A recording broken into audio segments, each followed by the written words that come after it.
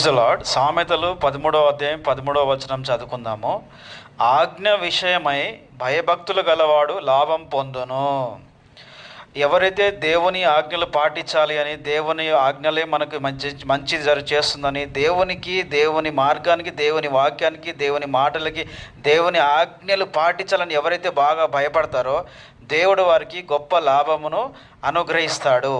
ఇప్పుడు పరిశుద్ధ గ్రంథం నుంచి చూస్తే యోసేపు ఐగుప్తులో ఉన్నప్పుడు తన యజమానుడి భార్యతో వ్యభిచారం చేయమని ఆమె అడిగినప్పుడు ఆయన ఏమాత్రం కూడా వ్యభిచారం చేయకూడదనే దేవుని ఆజ్ఞను జ్ఞాపకం చేసుకొని దేవుని సన్నిధిలో అంత పాపం చేయడం, దేవుని ఆజ్ఞ అతిక్రమించడమే పాపం.